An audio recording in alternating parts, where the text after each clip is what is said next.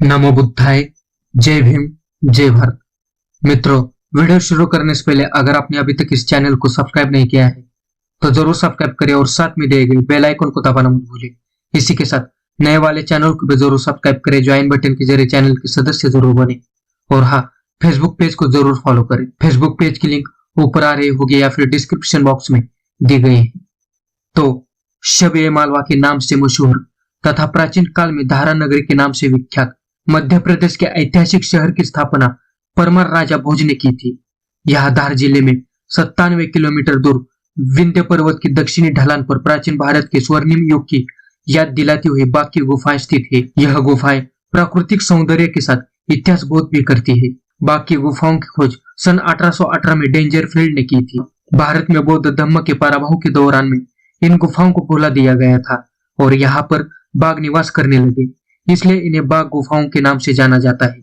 इन गुफाओं के कारण ही यहाँ पर बसे हुए गांव को बाघ गांव तथा यहाँ से बहने वाली नदी को बाघिन नदी के नाम से जाना जाता है। यह नर्मदा की सहायक नदी है। बौद्ध धर्म को दर्शाती हुई इन गुफाओं में से केवल 5 गुफाएं ही शेष बची है। गुफा नंबर 1, 7, 8 और 9 नष्ट प्राय है। मध्य प्रदेश के शहर इंदौर और गुजरात के शहर बड़ोदरा के बीच वाघिन नदी के बाएं किनारे पर स्थित इन गुफाओं में अनेक बौद्ध मठ और विहार देखे जा सकते हैं। इन गुफाओं के चैत्य गृहों में स्तूप और रहने की कोठरी भी बनी हुई है, जहां पर बौद्ध भिक्षु रहा करते थे। अजंता और एलोरा की गुफाओं की तर्ज पर बनी हुई बाघ की गुफाओं की चित्रकारी मनुष्य को हैरत में डाल देती है। यह गुफाएं लगभग 1600 वर्ष पूर्व भगवान बुद्ध की दिव्य वाणी प्रतिपादित करने हेतु निर्मित की गई थी। इन गुफाओं में गुफा संख्या 2 पांडव गुफा के नाम से प्रचलित है। तीसरी गुफा को हाथीखाना के नाम से जाना जाता है तथा चौथी गुफा रंगमहल के नाम से जानी जाती है। गुफा संख्या 4 और 5 से मिली बरामदा 65 मीटर लंबी है और जिसकी छत 20 भारी खंभों पर टिकी है।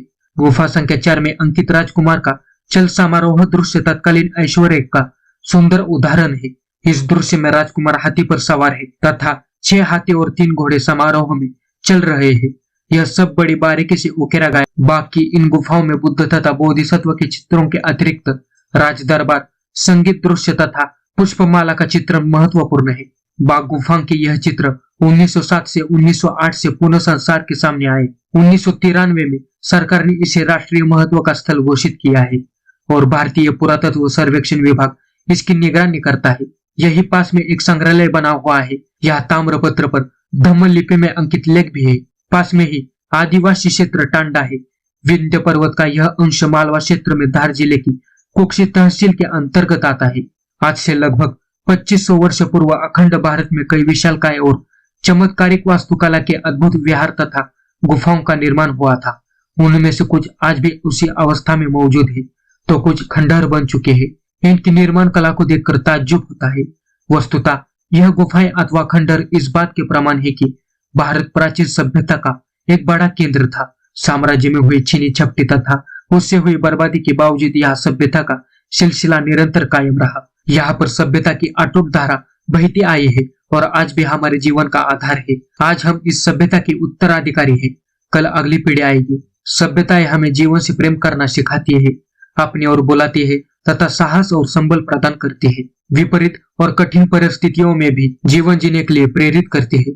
प्रस्तर और काष्ठ खंडों से निर्मित यह गुफाएं, खंडहर और भग्नावशेष हमें लंबे युगों की याद दिलाते हैं, मिलजुल कर रहने तथा सबकी भलाई के लिए काम करने की प्रेरणा देते हैं। इनका चिरंतन संदेश है कि त्याग और निस्वार्थ सेवा भाव हमारा आदर्श होना चाहिए। वाजिब बात कहने का हक सभी को होना चाहिए। महान उद्देश्य के लिए यत्न करने का आनंद उठाना चाहिए। यदि हमें देश और मानवता की सेवा करना चाहते हैं तो हमें उसके स्वर्णिम गौरव की रक्षा करनी चाहिए। यह हमारे लिए पवित्र धरोहर तथा देश के इतिहास का शानदार पृष्ठ है। मित्रों, आशा करता हूँ आपको यह वीडियो पसंद आया।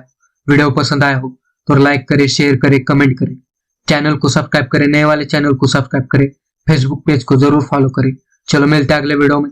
नमो बुद्धाय। जय भीम। जय भारत।